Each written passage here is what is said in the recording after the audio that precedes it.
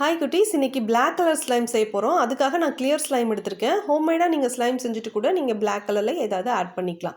இப்போ வந்துட்டு இந்த ஸ்லைமில் நான் வந்து ஃபஸ்ட்டு இதை எடுத்து மிக்ஸ் பண்ணிவிட்டு இது கூட Black colour nail polish add பண்ணிக்க போகிறேன். Black கலர் ஸ்லைம் உங்களுக்கு வேணும்னா Black கலர் அக்ரிலிக் பெயிண்ட்டோ அல்லது Black கலர் போஸ்டர் கலரோ இல்லைனா Black கலர் இங்கோ கூட நீங்கள் சேர்த்து மிக்ஸ் பண்ணிக்கோங்க.